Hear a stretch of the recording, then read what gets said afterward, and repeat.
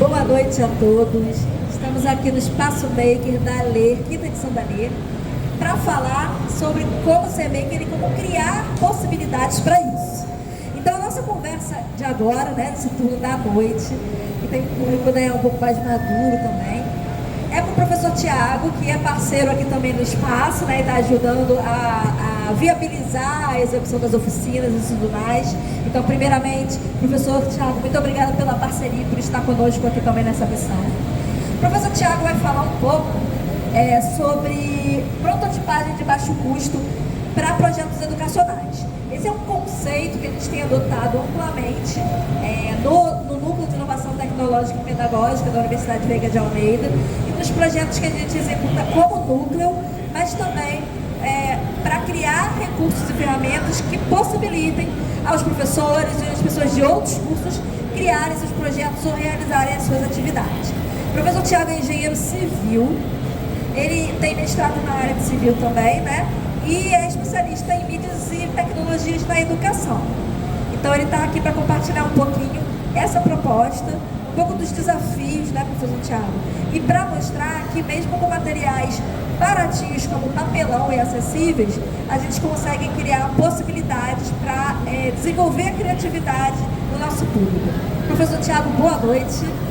Boa noite, muito obrigado pelo convite, professora Viviane. É uma honra poder colaborar com o espaço, o evento está muito bonito. Aqui eu deixo meus parabéns e a minha gratidão para a organização do evento e aqui também para a questão da sua organização do Espaço Maker e curadoria, na verdade.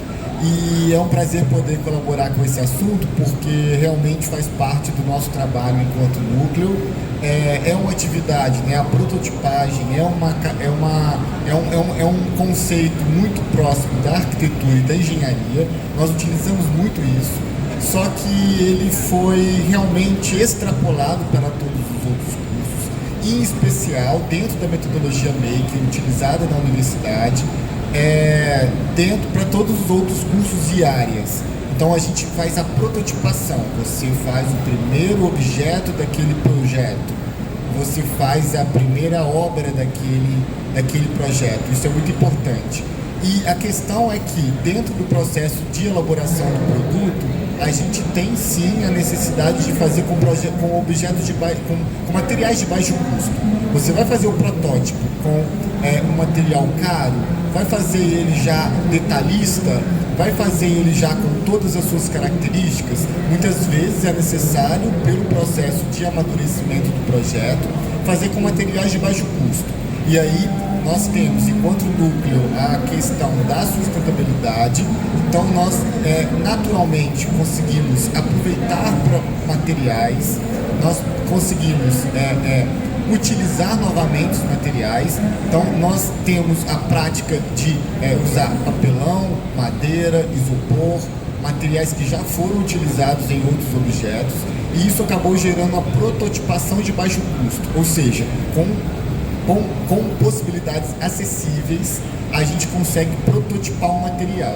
Então, é claro que a gente trabalha com impressão 3D, é claro que a gente trabalha com uma prototipagem mais refinada, mas dependendo do desenvolvimento do projeto e principalmente da circunstância, há necessidade da gente projetar, prototipar, produzir aquele produto pela primeira vez com baixo custo.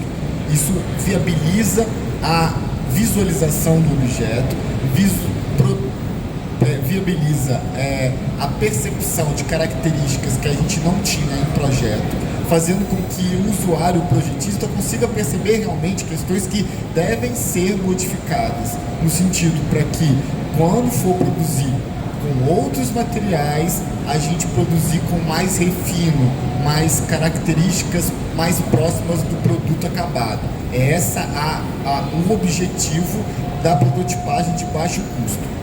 Para projetos educacionais foi muito importante porque nas disciplinas a gente acaba desenvolvendo muitos projetos e maquetes e exercícios em sala de aula. Foi o caso dessas peças. Essas peças foram então produzidas nas disciplinas de engenharias e arquitetura para introdução aos sistemas estruturais. e elas acabaram ganhando nova roupagem, nova utilização como objeto educacional, no sentido de que outro público também pode e usa esses objetos. E aí o legal é que inicialmente nós projetamos as peças para um tipo de solução, um tipo de projeto, um tipo de protótipo, e ela foi então utilizada em outros projetos, em outros protótipos, para que a gente possa naturalmente reutilizar o material e reutilizar a proposta. Essa é uma das grandes questões incríveis da área educacional, que você tem então um objeto utilizado de um jeito, sendo reutilizado de outro jeito. Isso é muito interessante porque a gente estava conversando sobre isso, né? Como é que a gente cria uma peça, um produto, um material com um objetivo, mas quando a gente coloca no mundo, ele ganha vida própria, né? Então, essas peças que o professor Thiago criou foram criadas num contexto, pensando nos alunos de arquitetura e engenharia, para pensar em estruturas e tudo mais, e hoje elas estão ali, ó, naquela mesa, espalhadas, e vem gente de tudo quanto é idade montar coisas que a gente nem imaginou que dava para montar ali, e a gente provoca justamente esse exercício da criatividade.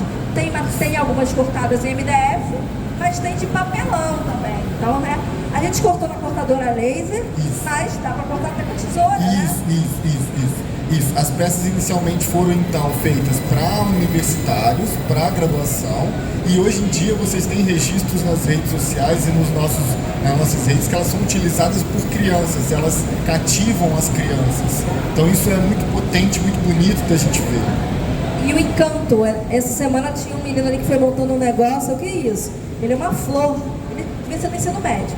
E falei, nossa, é uma flor, aí peguei o cabinho esse aqui, né, encaixei, aí ficou o caule da flor, ele, né, aquele espanto, e aí a gente tira foto e valoriza.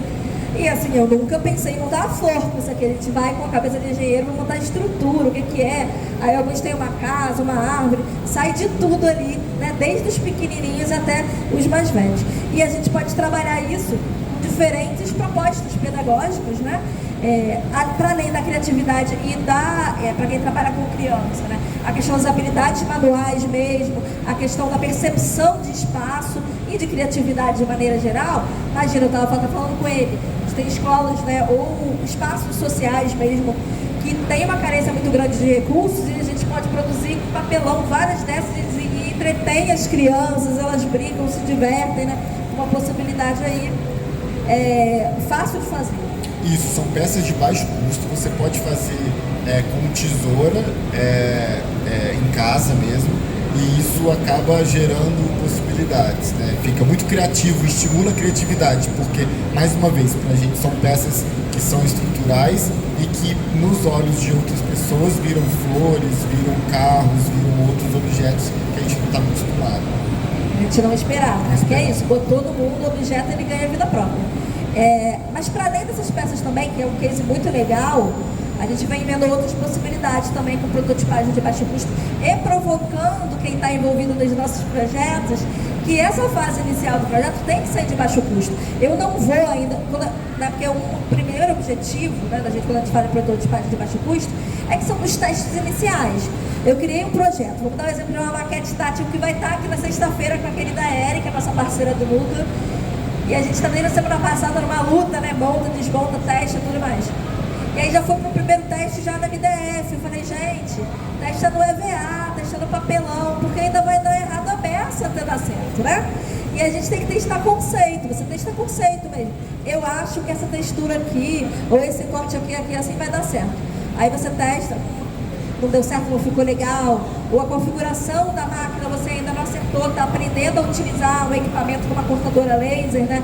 Ele tem ali muitas possibilidades que demandam estudar mais, a gente vai testando, entendendo qual é a configuração de velocidade, de intensidade, né, desse equipamento, para sair o resultado que a gente quer. Então é um aprendizado contínuo e a gente sabe que os recursos são limitados. Então é nesse contexto que também é importante pensar que a gente vai deixar o recurso que é mais interessante, que é do acabamento final, né? A gente tem que garantir que ele esteja disponível para essa versão final. Então, trabalhar com as versões de baixo custo também sobre esse conceito, né? de utilizar materiais mais baratos para as primeiras versões do projeto. E aí depois quando, beleza, conceito validado, isso faz parte do processo de inovação, né? Isso é, porque é normal que as pessoas querem produzir o projeto rápido, né? Vamos executar, mas é claro que isso vai melhorando. Um carro para ser feito hoje, que para lançar no mercado, ele precisa ser prototipado. Foi anos e anos de amadurecimento.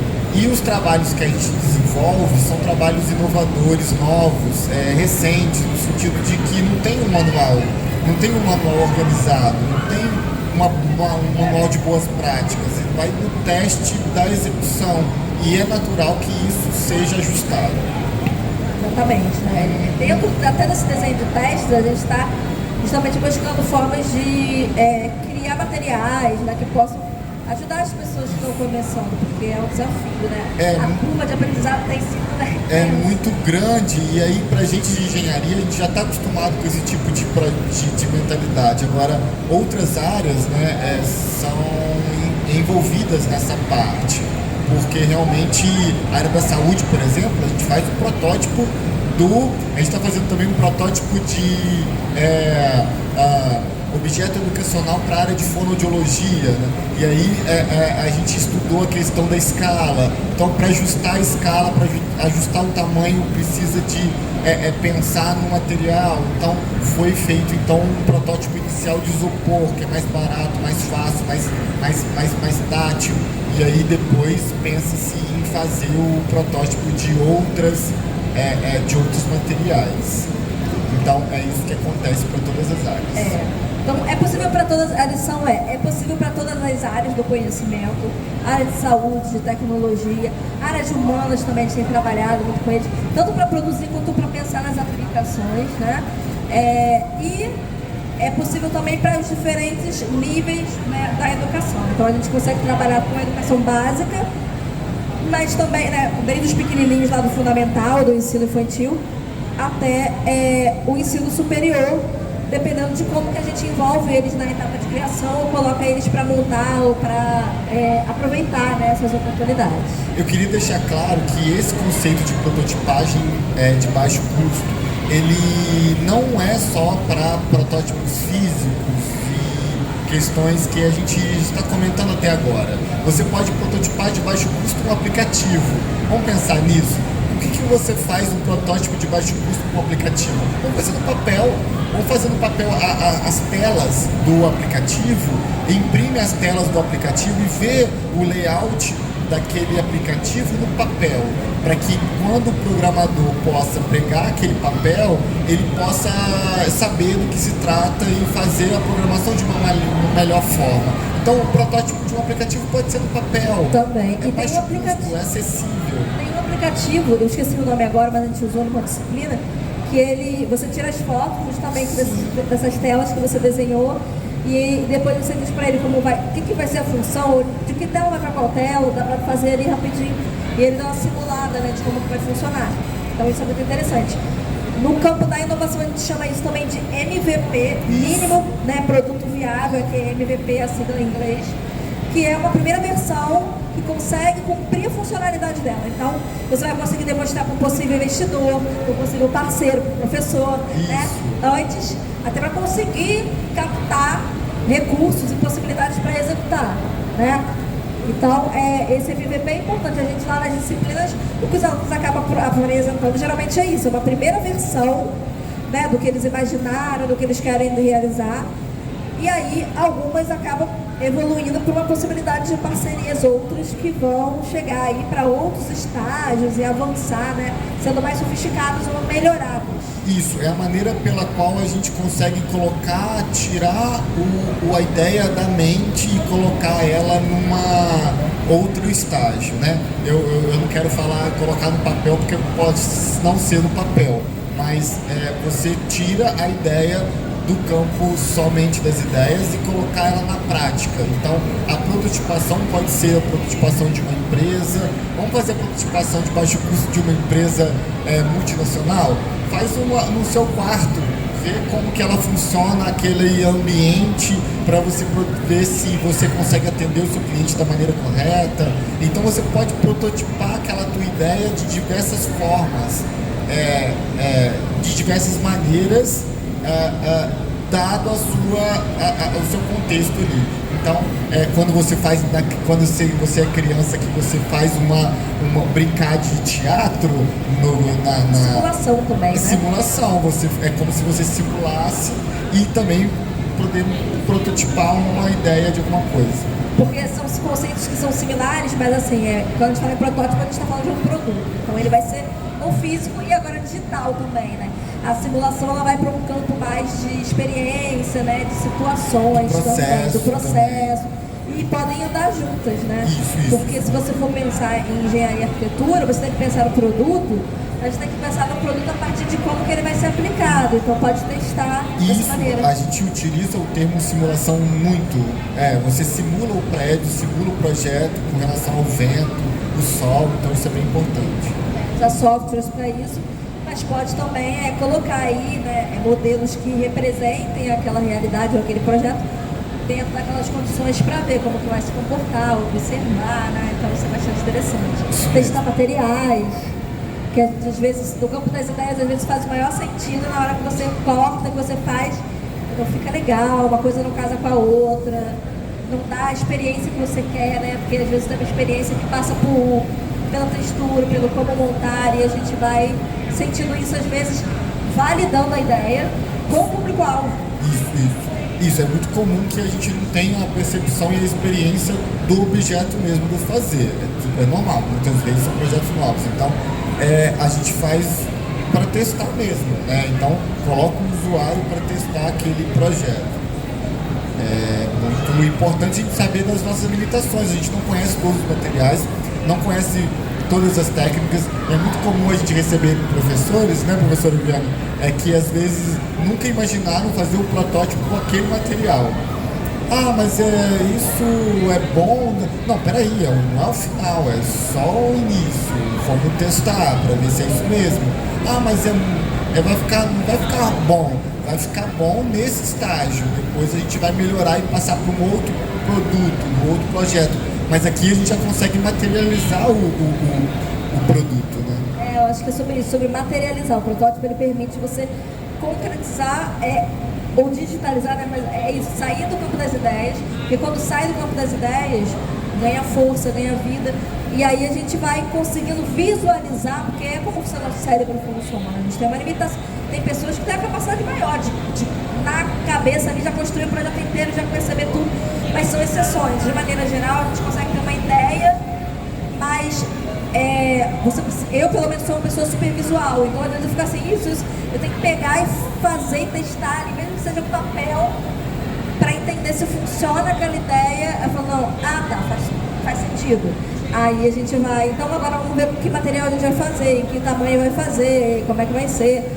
Mas até para explicar às vezes, né, para você falar para o outro, vamos fazer assim, na sua cabeça a imagem já está lá, mas como transmite, né? A gente ainda tem esse Bluetooth para mandar essa mensagem, talvez daqui a pouco a gente tenha, né? Mas por enquanto não tem, então a gente para se comunicar até em grupo ali, para conseguir contribuir com a nossa ideia, precisa mostrar. A gente passou por isso também essa semana passada, né, nesse projeto que a gente estava colaborando, porque estava um grupo multidisciplinar, pessoas de várias áreas do conhecimento, e tinham coisas que para mim eram muito claras, coisas que para o Thiago eram muito claras, mas a gente não conseguia explicar, porque as pessoas também estavam envolvidas ali e pensando nas ideias delas para ali, e chega num momento que você não consegue. Então, peraí, vamos fazer, mostrar. Então a gente foi lá, cortou do jeito que queria, passa a mão aqui, olha aqui. É isso que a gente está pensando, que enquanto a gente falava, a pessoa rejeitava porque não estava conseguindo entender do que a gente estava falando. Era um problema de comunicação mesmo, talvez, ou de repertório também. Na verdade, repertório, informação, conhecimento acerca dessa técnica, porque como nós trabalhamos com técnicas mais modernas, de laser, por exemplo, a pessoa nunca viu e também não sabe das potencialidades. Então é natural. Então a gente precisa de fazer o teste, testar mesmo.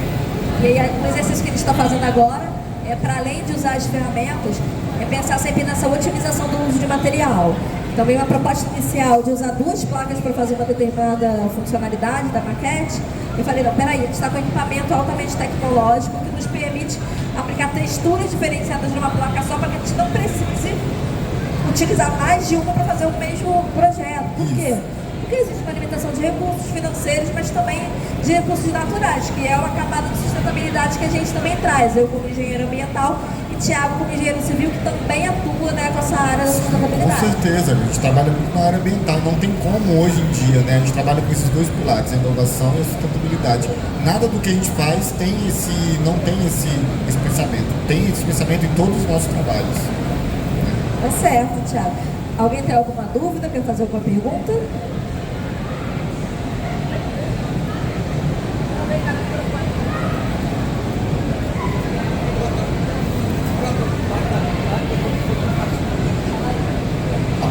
A prototipagem que você fala aí, na verdade, é como se fosse um rascunho. Como se fosse um rascunho, eu vou ter que rascunhar alguma coisa, eu vou ter que escrever, né? Os alunos chegam pra gente até assim, a ideia estava na minha cabeça. Não, peraí, a ideia não tem como eu te adivinhar, coloca no papel, é como se fosse um rascunho de um texto, é isso mesmo. Só que o texto você vai lá e escreve.